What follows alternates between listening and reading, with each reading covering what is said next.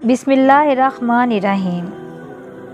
نین تارا وائس کے ساتھیوں السلام علیکم۔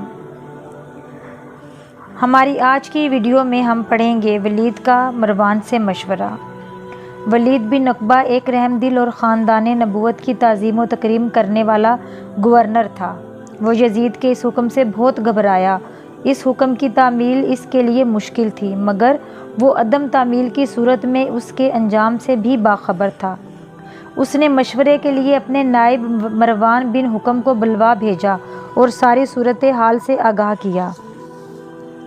مروان ایک ظالم اور سنگ دل شخص تھا۔ اس نے کہا، میرا مشورہ یہ ہے کہ ان تینوں حضرات کو ابھی بلوا بھیجو اور انہیں بیعت کے لیے کہو۔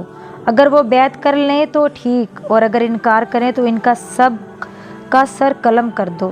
اگر تم نے ایسا نہ کیا اور ان کو امیر معاویہ رضی اللہ تعالیٰ عنہ کی موت کی خبر مل گئی تو تینوں الگ الگ مقامات پر جا کر خلافت کے مدعی بن کر کھڑے ہو جائیں گے۔ اگر انہوں نے ایسا کر لیا تو ان پر قابو پانا مشکل ہو جائے گا۔ البتہ ابن عمر رضی اللہ تعالیٰ عنہ جھگڑے کو پسند نہیں کرتے۔ وہ امر خلافت کے طلبگار بھی نہیں، سوائے یہ کہ خلافت خود بخود ان کو دی جائے۔ یہاں قابل توجہ نکتہ یہ ہے کہ ولید اور مروان کی سوچ میں کتنا فرق ہے۔ ولید دل و جان سے آل نبی اولاد علی کی قدر کر رہا ہے، اور مروان یزید کی خوشی کی خاطر حکومت وقت کو خوش کرنے کے لیے آل نبی کو قتل کرنے کا مشورہ دے رہا ہے۔ حالانکہ دونوں کا تعلق ایک ہی قبیلے سے ہے، یہ دونوں بنو امیہ کے ایک ہی خاندان سے تعلق رکھتے ہیں، مگر سوچ میں کتنا فرق ہے۔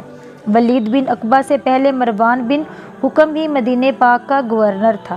حضرت امیر معاویہ رضی اللہ تعالیٰ عنہ نے مروان کو مدینہ پاک کا گورنر مقرر فرمایا تھا۔ یہ 15 سال مدینہ پاک کا گورنر رہا۔ حضرت امیر معاویہ رضی اللہ تعالیٰ عنہ نے مروان کو معزول کر کے ولید بن عقبہ کو مدینہ پاک کا گورنر مقرر فرمایا تھا۔ مروان کون تھا؟ مروان انتہائی ظالمانہ مزاج کا مالک اور بد کردار، اس لیے ولید کو امام حسین رضی اللہ تعالیٰ عنہ کے نعوذ باللہ قتل کا مشورہ دیا تھا۔ حضور نبی اکرم صلی اللہ علیہ وآلہ وسلم کی ظاہری حیات میں مدینہ شریف میں جب کوئی بچہ پیدا ہوتا تو اس کے ماں باپ بچے کو سرکار کی بارگاہ میں لے جاتے تو پیارے آقا صلی اللہ علیہ وآلہ وسلم اس بچے کو پیار دیتے، پھر اس کو گھٹی دیتے، پھر اس بچے کا پیارا سا نام رکھتے۔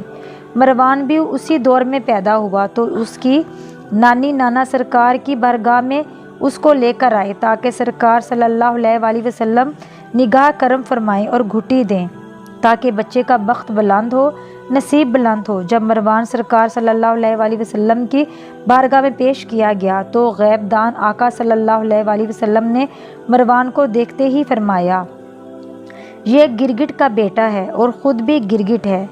گرگٹ پنجابی میں اس کو لے کر کہتے ہیں جو طرح طرح کے رنگ بدلتا رہتا ہے اور کبھی ایک حالت میں نہیں رہتا۔ علامہ جلال الدین سیوطی رحمۃ اللہ علیہ اپنے شرح آفاق کتاب تاریخ الخلفاء میں فرماتے ہیں کہ امام بخاری نے اپنی تفسیر میں یہ بات لکھی ہے، امام نسائی نے اپنی تفسیر میں یہ بات لکھی ہے، امام ابن ابی حاتم نے اپنی تفسیر میں یہ بات لکھی ہے کہ جس زمانے میں مروان حضرت امیر معاویہ رضی اللہ تعالیٰ عنہ کی طرف سے مدینہ پاک کا گورنر تھا، اس زمانے میں ایک دن مسجد نبوی میں اس نے خطبہ دیتے ہوئے لوگوں کے سامنے یہ بات کہی کہ لوگوں، حضرت امیر معاویہ رضی اللہ تعالیٰ عنہ نے اپنے بیٹے یزید کو اپنے بعد اپنا جانشین، اپنا ولی عہد بنانے کا پروگرام بنایا ہے، اور حضرت امیر معاویہ رضی اللہ تعالیٰ عنہ نے اپنے پروگرام میں اپنے ارادے میں بالکل صحیح ہیں۔ آپ کی رائے اس معاملے میں بالکل درست ہے، کیونکہ حضرت ابوبکر صدیق رضی اللہ تعالیٰ عنہ اور حضرت عمر رضی اللہ تعالیٰ عنہ نے بھی اپنے اپنے دور میں یہی کام کیا تھا۔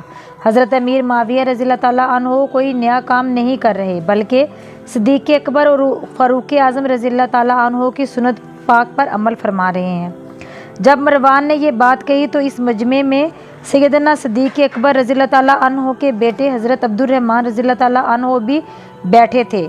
آپ نے سنا تو آپ جلال میں آ گئے کہ یہ مروان کتنا بڑا جھوٹ بول رہا ہے، لوگوں کو دھوکہ دینے کے لیے کیسے پاک لوگوں پر الزام تلاشیاں کر رہا ہے۔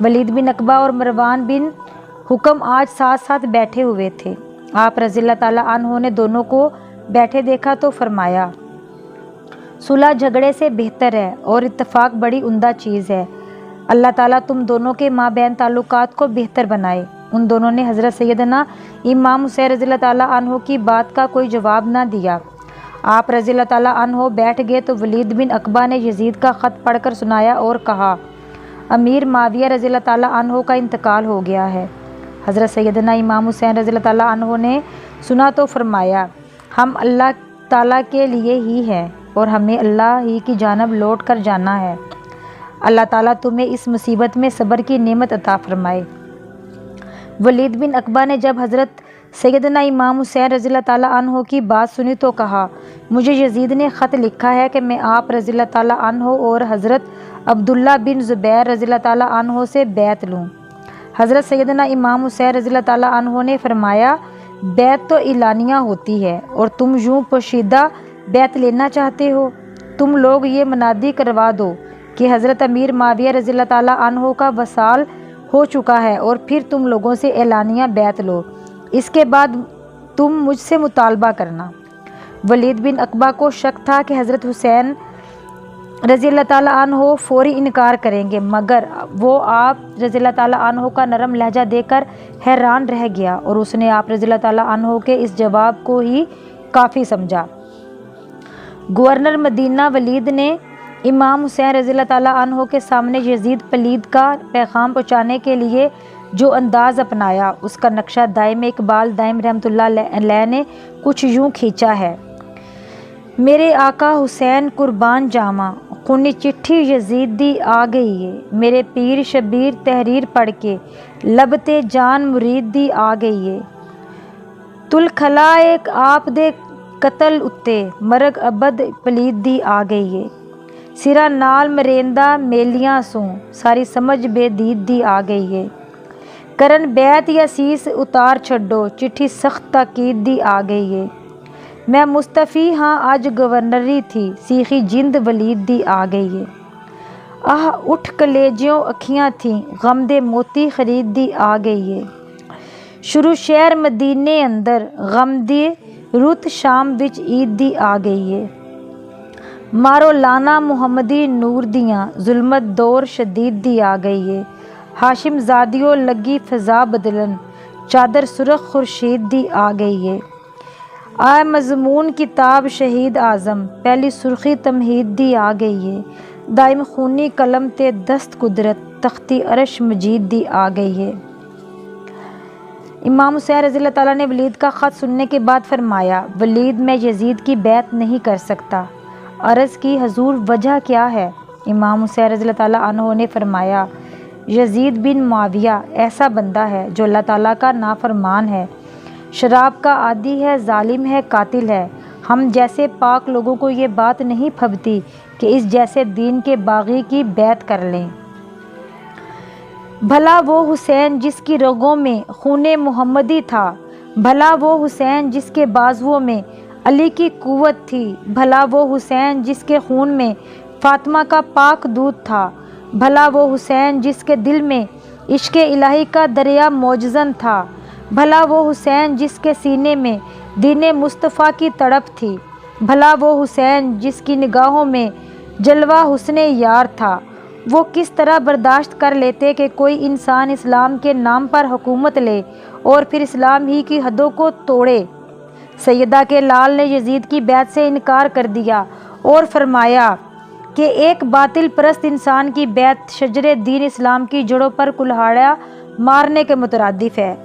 حسین کا یہ اعلان ہے، حسین مدینہ چھوڑ سکتا ہے، حسین مکہ چھوڑ سکتا ہے، حسین کربلا کے تپتے میدان میں ڈیرے لگا سکتا ہے، حسین پانی بند کرا سکتا ہے، حسین بچے بیٹے بھانجے شہید کرا سکتا ہے، حسین خود بھی نیزے کی نوک پر چڑھ کر قرآن سنا سکتا ہے، مگر یزید کی بیعت نہیں کر سکتا۔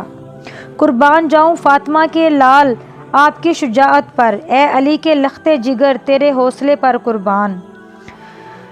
میرے محترم ساتھیوں، باقی کی داستان اگلی ویڈیو میں بیان کی جائے گی۔ ہمارے ساتھ رہیے گا۔ اب اجازت چاہتی ہوں۔ اللہ حافظ۔ فی امان۔